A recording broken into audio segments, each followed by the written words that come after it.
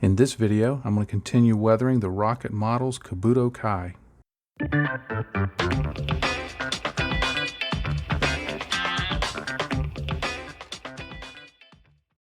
Hey, I'm John. Thanks for joining me for this video today.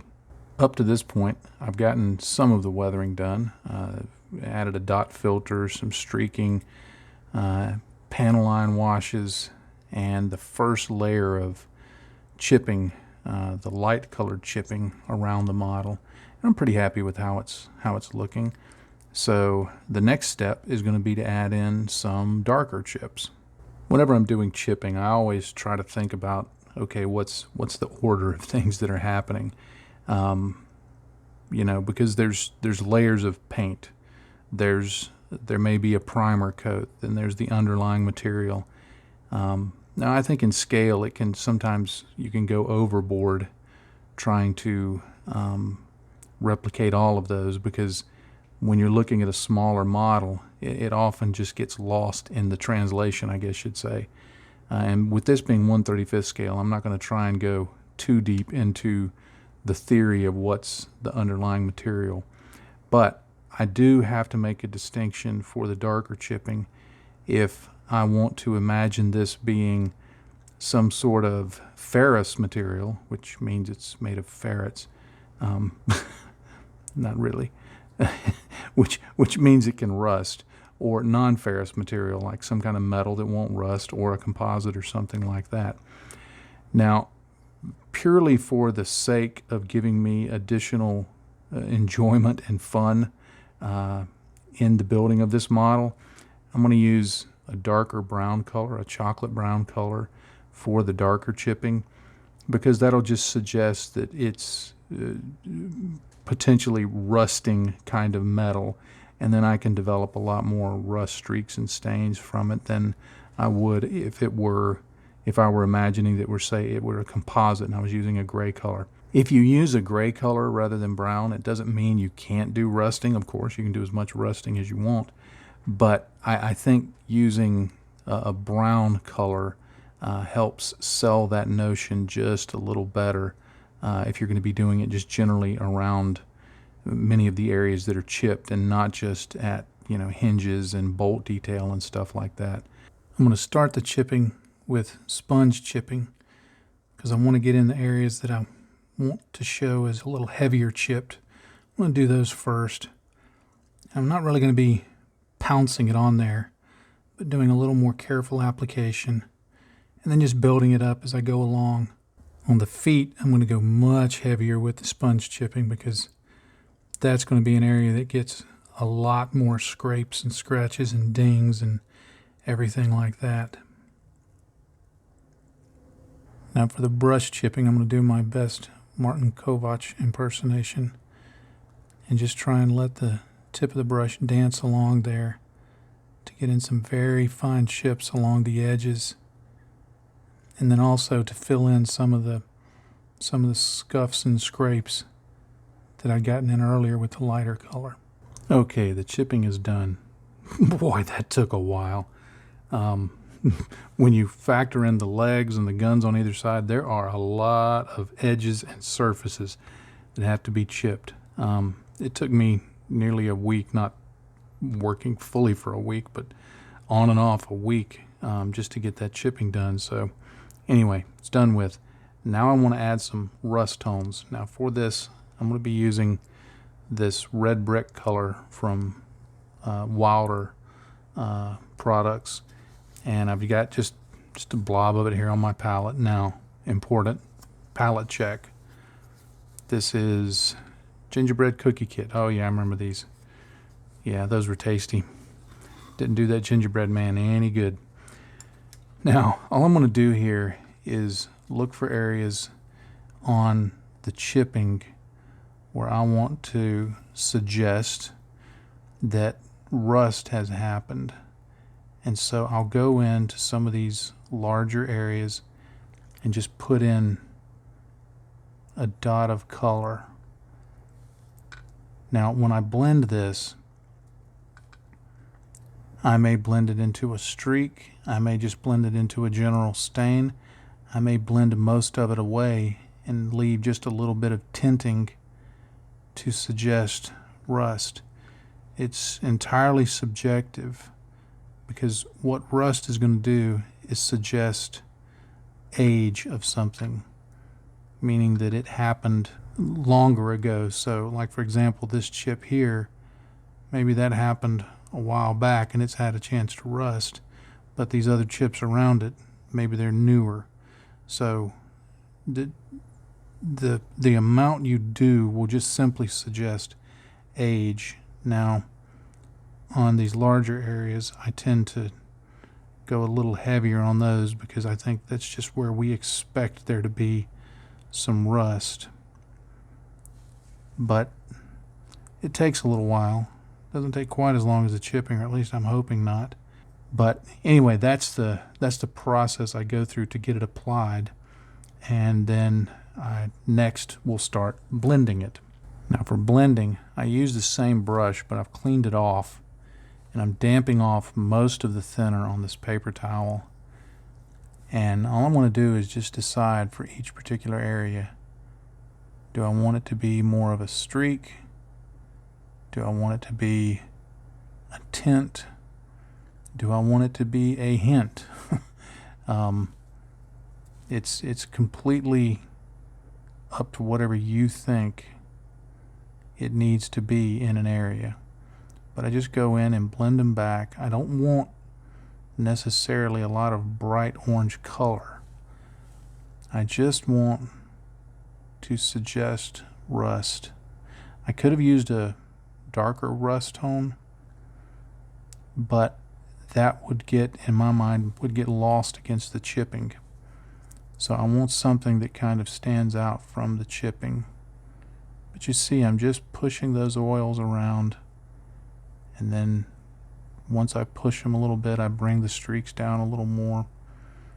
And of course, if you blend away more than you want, you can always go back in and add some more, so that it gives it just a hint of rust. Now you see how this area has been fairly well covered. One way to re-streak it is to go back in and between some of those areas, just clean it up and just leave a little bit of the rust tone there.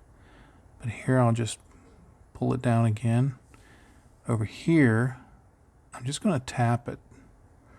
I want that to be a little more of a orangish color, but just kind of sitting in place, maybe bleeding out from it just a little, like that. Down here along the bottom, I'm just going to use a little more thinner than I had been before. I'm just going to kind of stipple that. It's thinning the oil out, letting it spread out.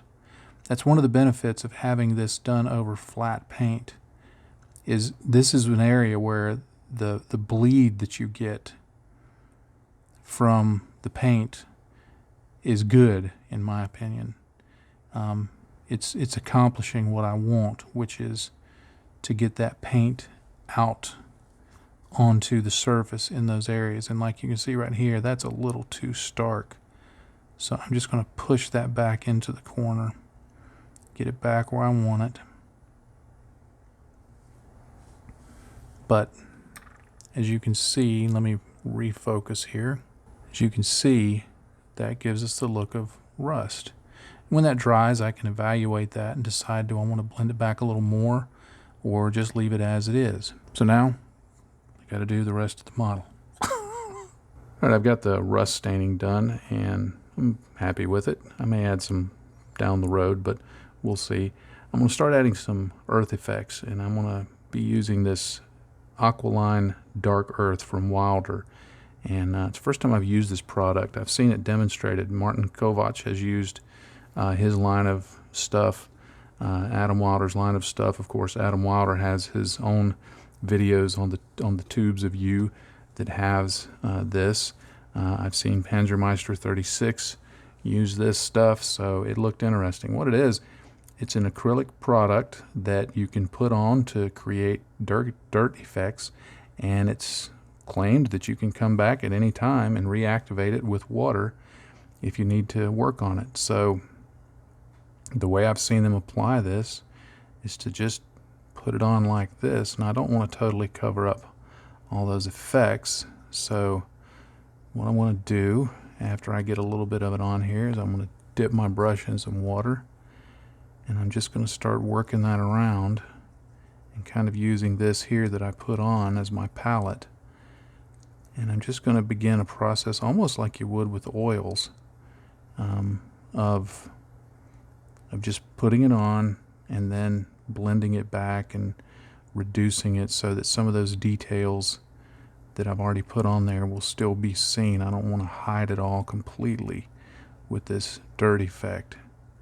But you can see it goes on really simply and easily. Making sure that I get these edges here.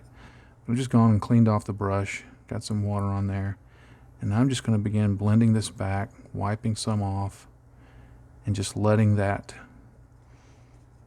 rust tone, the chipping, just poke through in some places so that it doesn't look like it's just completely covered in mud. Now that would probably be more realistic, because trust me, a military vehicle, when it gets in the mud, it covers everything. But this is a scale model of a supposed military vehicle, so I want to kind of let all of the elements show through. So you can see how hopefully you can see how that's coming out there. But I'm liking this product in just a couple of minutes of usage. It goes on simply and easily like some of the Vallejo products that I've used, but the ability to go back later and blend it and adjust it and remove it, I think is going to be very important. I've got those dark earth effects applied around the feet of the model. Now I want to do some dust, and I'm going to be using another Wilder product, again from the Aqualine line, not to be redundant. They have this one called Common Dust, and this is representing, of course, common dust. So I've done some experimenting off camera, because again, I've never used this. So I did some experimenting off camera with applying this, and I don't know if this is the preferred way, but it was the way that I liked. So I'm just going to put some on there unthinned, just dot it on there, and I'm just going to simply start spreading it around. And what I found was that as you work this in and do kind of the same process that I did before, where you wipe it, clean it, wipe it, clean it, kind of like you do with oils, it gives a really pleasing dust effect. But you can see I can tune this effect to be as stark or as minimal as I want, and it really is like working with oils, just pushing them around the surface. And one of the things about this process of weathering when you're putting on a product, while I try to be precise about it to a certain extent, I'm also willing to just let things happen. Sometimes the best way to weather a model is to let the weathering dictate the weathering, if that makes sense. And you know, those serendipitous moments really do count for a lot, I think, in weathering. So anyway, I've got that dust on there, and you can compare it with this leg over here. It just lightened it up, and when it dries up, it's going to look dusty. Let me show you the one that I've been working on off camera as my test. You can see once it dries, I mean, it looks dusty. It does exactly what it's supposed to do. There's still some drying here. I tested putting it over the previous stuff, and if you stipple it on and you're careful, the two can work together. All right, I've got the dust effects applied, and you can see that it looks dusty. I streaked them down the sides, and then I stippled them on the top so that it looks fairly dusty and streaky. I have found just in experimenting with this Common Dust Aqualine product from Wilder, it leaves just the slightest bit of texture on the surface. I mean, very, very light. You can just feel that there's something a little there. It definitely makes everything very matte, and if I have found that I can blend it in with my finger, which is, I guess, a euphemism for wipe it off. So it's I guess that's a slight drawback that I could identify. However, I think there are a lot of positives with it. You can see the leg here and the dust that I got on there. This is definitely a product I'm going to be using again. And the solution to it coming off will probably be just putting a final matte varnish coat on it or something like that. Of course, if you were using this, building this at home, and you don't plan on selling it or doing anything like that or handling it once you put it on the shelf, then there's no problem with it. But I really like the dust streaks because it not only in some places streaks, but in some places it will bead up and leave little patches of dust. And I really, really like the way that ended up looking. So I'm just super happy with that.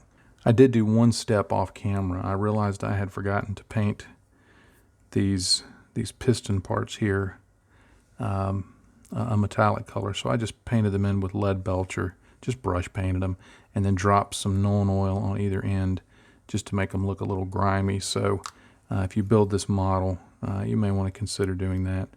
I want to apply some fresh fluid stains, so I'm going to use these Vallejo diesel stains and oil stains products.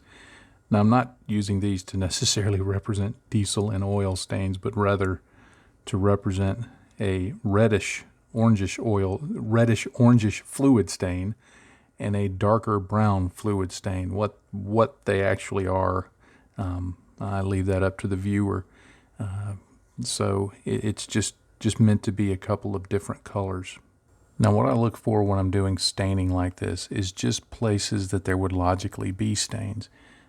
For example, on this area just below this piston here, I'm going to guess there might be some staining down here. So I'm just going to stipple some on, and I can be as make it as big as I want or small as I can't speak this morning, as small as I want, and just to represent something leaking from there. You know, it can run down from an area, you know, like here on where the foot pivots, there could be some grease in there. So I may put some right up there like that, like it's coming out from up there. Because I'd have to imagine that this has a lot of mechanical moving parts in it, a lot of lubrication and fluid and stuff like that.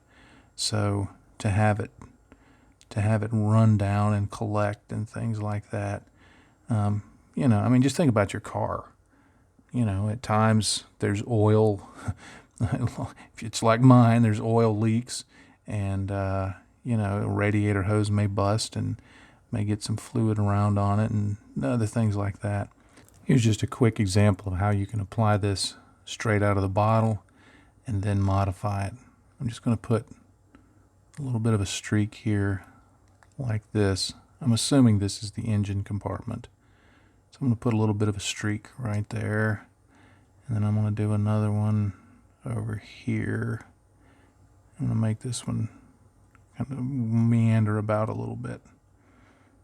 Now what I can do is I can clean my brush off in water and use that damp water that's still on here and just kind of stipple around on that and lighten that up so that I get a much more light effect of the staining rather than this more stark one over here.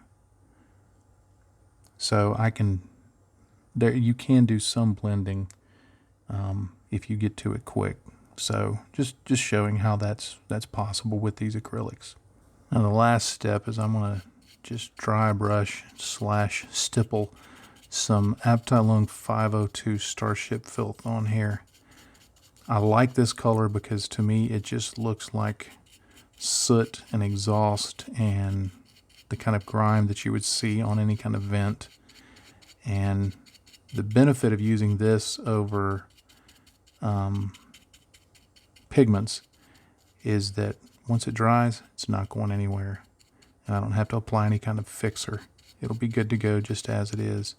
So I'm going to put this on all the vents around, anything that's like an exhaust on the model. And I'm also going to put some up on the end of the gun barrel just to represent some cordite staining there. All right, I'm going to call this guy done. It's a fun kit. It's definitely not a shake and bake kit in terms of the assembly, but it's a fun kit to paint and weather, and it's definitely different looking. This is a very unique looking kit, and I just like the overall look of it. If you do build it, be aware that there's a lot of different little faces and nooks and crannies and things. I realize now that I probably should have done more weathering on the legs before putting these armor parts on, because they're just really hard to get to in there. Some of it you just have to kind of just take some Nonol or something like that and just stuff up in there to make it look dark and grimy. But it's a fun kit, and it really does look different. And I really like the addition of being able to pop that open and see the interior, because the interior is really, really nice, really fun to do. So it's cool that it's able to be seen fairly well. It's been a fun kit, and I hope you've enjoyed watching this, and I hope you've got something from this series. I know it's gone a little long, but there was a lot to do on it, and I didn't want to rush it. So I hope you've gotten something from this. Well, thank you so much for being a patron. This is a Patreon exclusive build, and I am grateful that you are supporting the work that I do.